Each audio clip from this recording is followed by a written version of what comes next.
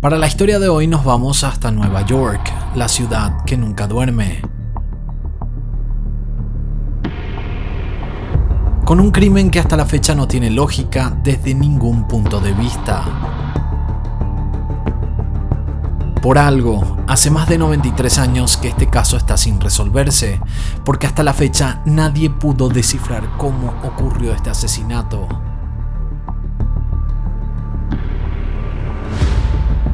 Esta es una de esas historias que no se puede creer que sea real, porque la verdad es que podemos ver muchísimas posibilidades, pero siempre hay una evidencia que no encaja. Yo les puedo asegurar que este caso les va a dejar con la boca abierta, igual aunque nadie pudo resolver todavía este caso. No digo que yo lo pude resolver, pero tengo una hipótesis que creo que es la más cercana y nada. Quiero que vean este caso porque es muy loco. Este es el misterioso asesinato de Isidore Fink.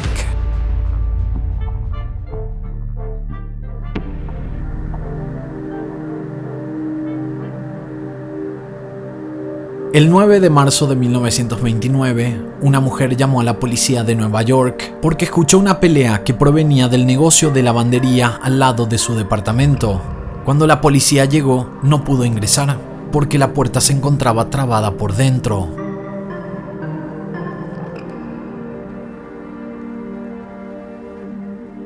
Esta mujer que llamó a la policía cerca de las 10:30 de la noche mencionó que había escuchado unos gritos, parecía una pelea, luego escuchó sonidos que se asemejaban a golpes de viento y luego un silencio completo. Como en esa época la delincuencia en Nueva York estaba en su pico máximo, entonces ella pensó que alguien había entrado a esta lavandería a robar. La lavandería Fifth Avenue Laundry era de propiedad de un hombre de nacionalidad polaca llamado Isidore Fink, de 30 años de edad. Él estaba en Estados Unidos para generar dinero mientras su familia, su esposa y sus hijos vivían en Polonia. No se sabe mucho de la vida de Isidore Fink, pero muchos artículos de la época mencionan que Isidore era bastante solitario, tenía muy pocos amigos y por lo menos según el testimonio de sus vecinos y conocidos no tenía ningún problema con nadie. Él había abierto esta lavandería con todo el dinero que había traído de Polonia, todos sus ahorros, y se había mudado a Estados Unidos justo antes de que existieran más limitaciones para inmigrantes europeos, y estas leyes se sancionaron meses después de este asesinato. Cuando la policía ya estaba en el lugar y no podía ingresar porque la puerta se encontraba bloqueada por dentro, revisaron el perímetro y se encontraron con que la única ventana del local tenía barrotes de metal, por ende tampoco podían ingresar por ahí. Aquí pasó algo muy raro. La policía se dio cuenta que el único lugar sin trabas era un ventilete. El ventilete, para los que no sepan, esto le pregunté a mi papá que es arquitecto, es esa ventana pequeña que suele estar arriba de las puertas. Les muestro un ejemplo en imágenes ahora en pantalla, y ese ventilete se abría de abajo para arriba y el espacio que dejaba era tan pequeño que solamente un chico de aproximadamente 5 años podía caber en ese hueco. Los agentes llevaron a un niño de esa edad para que pudiera ingresar al local y desbloqueara la puerta, y a mí por lo menos me parece esta situación bastante rara y extraña de que la policía arriesgara la vida de un niño de 5 años para desbloquear una puerta. ¿No les parece extraño? Pero esto es lo que dicen las versiones oficiales de este caso. Una vez que el niño pequeño, aunque parezca raro, la policía arriesgó la vida de este niño, lo metieron adentro, pasó por el ventilete, desbloqueó la puerta y ahí las autoridades pudieron ingresar y se encontraron con una escena muy extraña.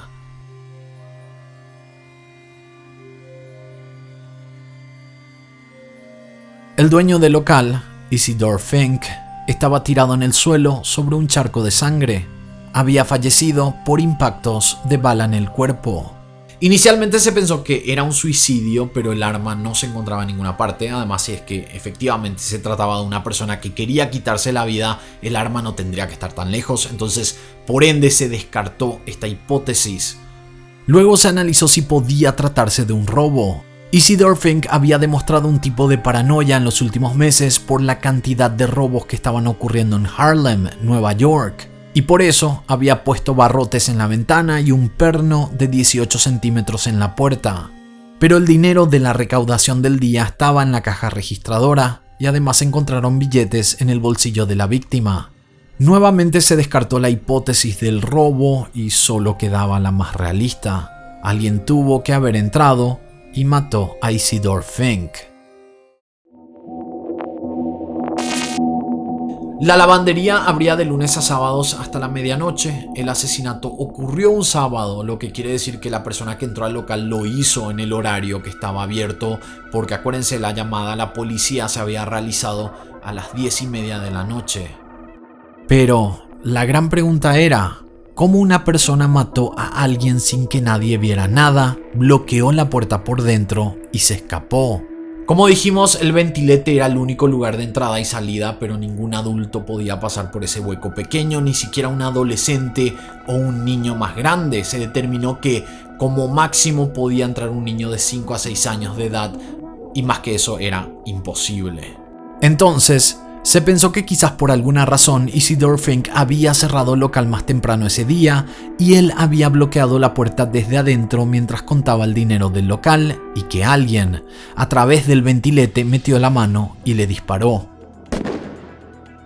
Esto tenía sentido ya que la autopsia determinó que las 2 balas fueron disparadas al lado izquierdo del pecho y una de ellas había perforado la mano izquierda, lo que quiere decir que Isidore posiblemente puso la mano enfrente inconscientemente al ver que alguien le estaba apuntando con un arma, y esto normalmente la gente hace para defenderse, aunque sabes que no vas a poder detener una bala, pero es algo inconsciente. Pero de nuevo, una nueva evidencia descartó esta hipótesis, porque en la mano izquierda del hombre se encontraron residuos de pólvora, lo que quería decir que el disparo tuvo que haberse hecho desde cerca, no desde el ventilete. Además, este ventilete se encontraba arriba de la puerta de entrada y el cuerpo se había encontrado en la parte trasera de este local donde estaba la oficina de Isidore. Y esto no cuadraba con la distancia corroborada según el testeo de pólvora. Además, en la escena no se encontraron huellas dactilares y al lado del cuerpo había un montón de ropa sucia que al parecer Isidore estaba cargando para lavar en el momento del asesinato. Esta era la extraña escena del crimen. Todo había ocurrido en un lugar que estaba cerrado o bloqueado desde adentro. No había lógica de cómo un asesino pudo escaparse sin dejar evidencias, sin que nadie lo viera y posiblemente a través del ventilete que de nuevo no podía caber ninguna persona normal. Ni siquiera, porque se había mencionado también de alguien que sufría de enanismo, ni siquiera eso, tenía que ser un niño chiquitito de 5 años.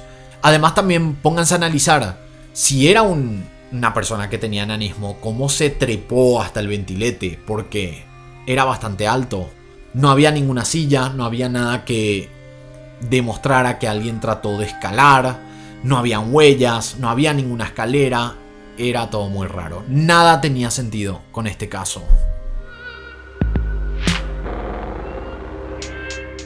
La noticia de la muerte del dueño de la lavandería fue noticia local al día siguiente. Todos estaban hablando de la extraña muerte de Isidore Fink. Para ese momento la policía no había hecho públicas las evidencias encontradas, entonces no se sabía bien cómo y por qué ocurrió el hecho. Inclusive varios medios confirmaron que el asesinato se había realizado desde el ventilete, cosa que tiempo después las autoridades descartaron porque tenían la evidencia de que el disparo tuvo que haber ocurrido de cerca. Cuando todos estaban hablando del asesinato, la policía se encontró con un testigo. Se trataba de un amigo de Isidore Fink que fue a la lavandería a eso de las 9:45 de la noche. Este amigo de Fink, que no fue identificado públicamente por la policía, declaró que cuando fue a visitar a su amigo se quedó por un rato, luego salió y a pocos pasos del local, una pareja que él dijo que era afroamericana le preguntó si es que en esa lavandería se vendía ropa interior de segunda mano. Hay que aclarar que en esa época era normal que en lavanderías se vendieran ropas que se dejaron en el local. Era como una manera de recuperar el dinero perdido porque era gente que no se iba a pagar, no retiraba su ropa, entonces los dueños aprovechaban y vendían estas ropas. A pesar de que esta fue la única pista viable dentro de este misterioso caso, no se pudo encontrar a la pareja ni tampoco se pudo comprobar que tuvieran algo que ver con el asesinato. Hubo otro rumor que recorrió luego de que la historia se hiciera famosa. Supuestamente un testigo vio a dos mujeres muy bien vestidas adentro de la lavandería y que posiblemente este avistamiento fue a la hora en la que el asesinato ocurrió. Pero de nuevo, esto quedaba como una mera especulación, como un simple rumor. Nunca se supo quiénes eran estas mujeres y tampoco comprobaba la manera en que se realizó el asesinato. Cuando la policía extendió un poco más la investigación, descubrieron que Fink no tenía muchos conocidos, no se relacionaba con mujeres, no estaba metido en nada ilegal y no tenía enemigos aparentes. Este caso sigue siendo uno de los grandes misterios de Nueva York, sin oficialmente haberse resuelto por las autoridades.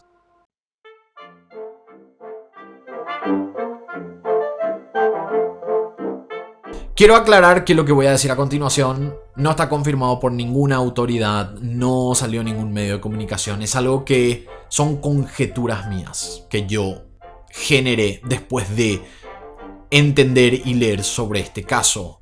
Las evidencias que tenemos del caso son las siguientes: el testimonio de la vecina que escuchó una pelea y luego el sonido de 2 golpes de aire que podemos suponer fueron los disparos.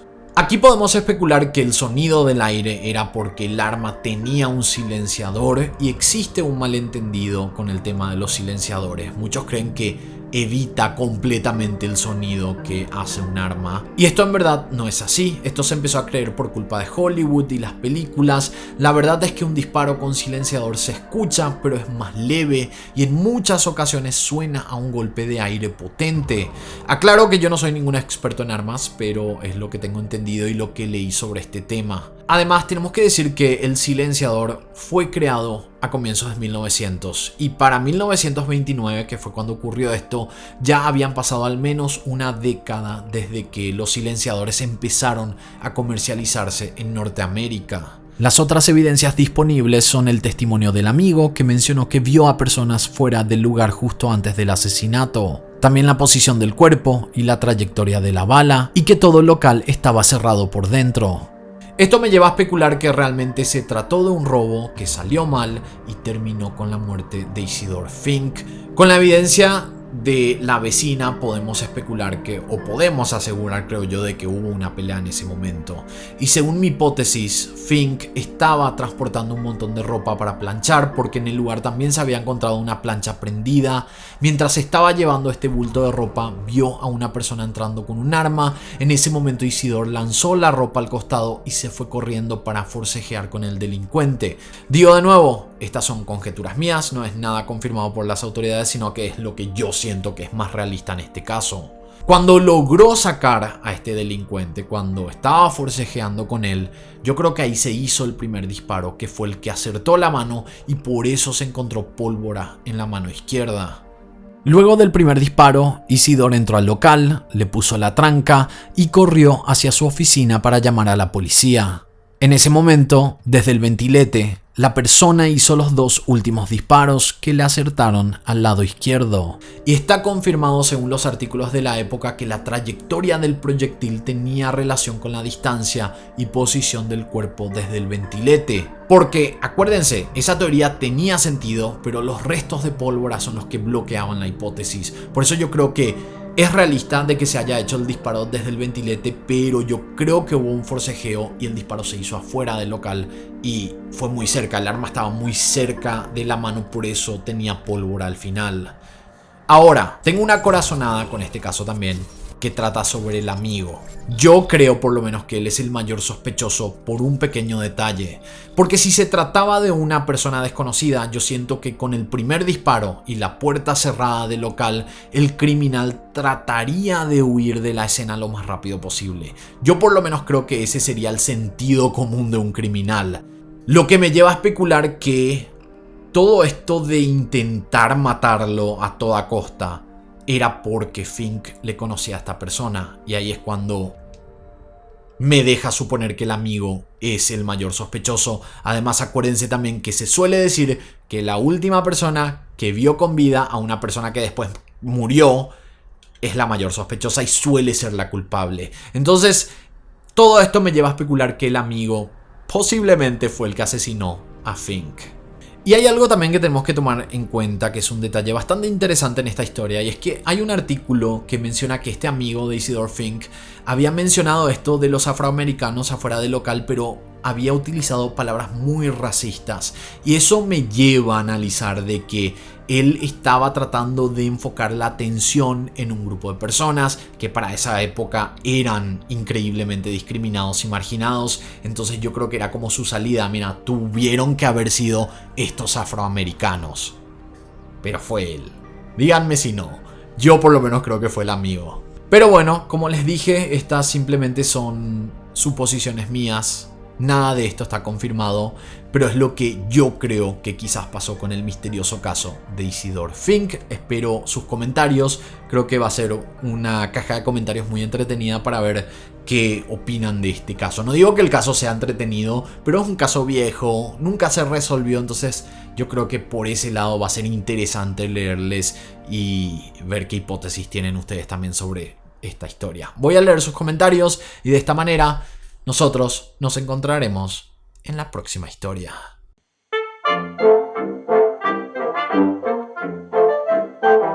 Quiero agradecer a todos los miembros por ser parte de historiascriminales.com. Además a Eli Estigarribia en producción general y a Arturo Carrión en edición, que además tiene un canal de criminalística que lo dejo en la descripción.